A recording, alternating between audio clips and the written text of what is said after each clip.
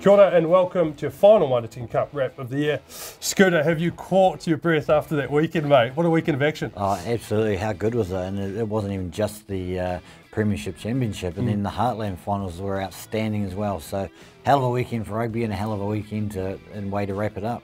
Yeah, I mean, it was like the good old days at Eden Park, but great footy everywhere, starting off on Friday night. And you picked up Waikato bounce back to the Premiership. Of course, Thames Valley coming from fourth to win the Meads Cup. And that was a fantastic performance from the Swamp Foxes, first title since '95. And then Wairapa Bush just being edged by Horowhenua Kapiti in the All Hurricanes clash here. No, outstanding, and yeah, Waikato a little bit too good, eh? They played pretty well all season, you know.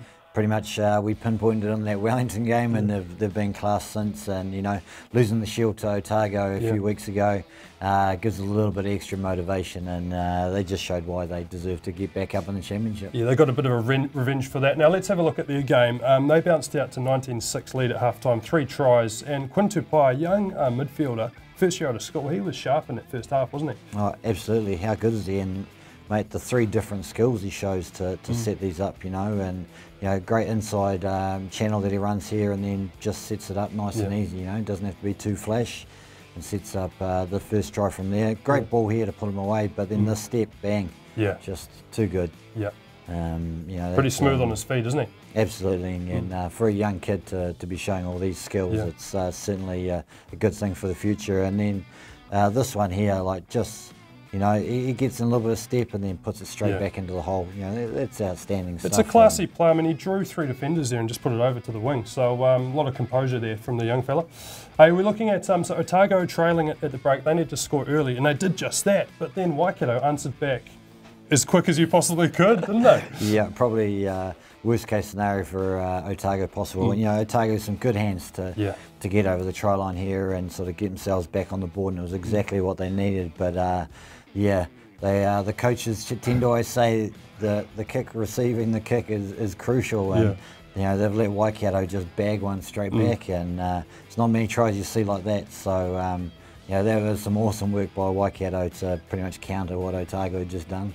Yeah, that would have really dented their spirit, I think. And but Waikato wrapped up the game with probably quite fitting that Sever Reece scored his 14th try of the year. But the break was made by Matty Lansdowne, who's been sharp all year as well. Yeah, again, Lansdowne, you know, the back 3 and even the midfield for Waikato have been good, and you know, they're pretty good at setting each other up as well, you know, they're not too gritty, but Sever Reece has just been on the end of these tries and these breaks all season long, and to get 14's not bad. Yeah, and as we mentioned before, we went on air, Scotty, he's just behind the record held by Terry Wright and Brendan Laney of 15 tries in the domestic season, what was the NPC, so good company there, isn't he? Yeah, not too bad.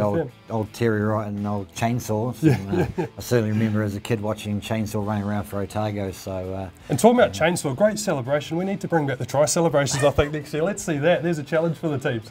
Hey, moving over to the epic final, 100 minutes, wasn't it? And Canterbury, they leapt out to 17-0. And we're going to show George Bridges' try here, which took them out to that lead. Yeah, and he's just been doing it all year as well, hasn't he? Yeah, Bridges he's been another consistent performer for Canterbury, and you know we said that they would have the experience, and they did come out to a great start. And to be fair, most people would have just thought, oh, you know, Canterbury are going to roll on like they have done in the past. But you know, it took a couple of special movements, and it took some brave choices to actually get Auckland back into the hunt. And talking about brave choices, their skipper, TJ Whaiani, trailing 17-0, had the penalty from in front, could have taken 3, could have gone for the corner.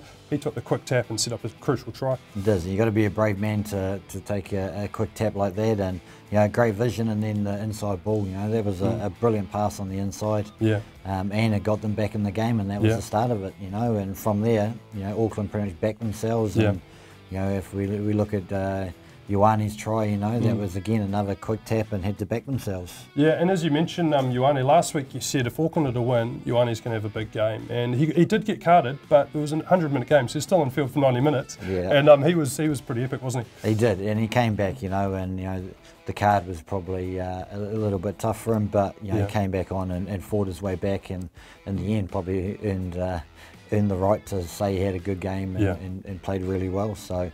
Yeah, well done to Auckland. Now we're going to skip right through to extra time here. So this is approaching 100 minutes of the game. And match-winning try, Nanai, he's been great all year. Break down the line and inside to Fuka. Great line from the halfback as well to finish it off and send Eden Park into raptures, really, wasn't it? Absolutely. You know, the back three have been consistently good for Auckland, and then, you know, to set away your reserve halfback to cap it off to win it for you. You know, it's huge. And how awesome was that crowd? You know, such a good crowd. To be fair, the weather got pretty average there at the end, but still have a great crowd. And for a final like that at Eden Park is outstanding. It's an awesome way to finish it off, mate. Yeah, doesn't get much better than that. Absolutely, it was like the good old days at Eden Park. And congrats to all of the winners across all divisions. And mate, we're going to touch on now the Duane Monkley Medal. So that's going to be announced at the ASB Rugby Awards. Who's your pick? Who's your top contenders for that award? It's tough. It's tough. You know, you look at Romano was consistently good all season long.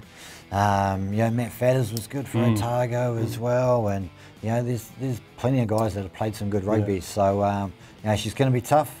And it's going to be with worse waiting as well. That's probably the hardest thing. You know, all these guys have got to wait. So, yeah, it's going to be, whoever gets it's certainly going to deserve it. Yeah, we've got about a month to wait. Early December, ASB Rugby Awards, and we're going to find out who scoops at Duane Monkley Medal. Jack Goodhue won it last year, of course, and it'll be someone new this year. So we can't wait for that. Thanks for joining us this year, and we'll see you next year for more Mitre 10 Cup action.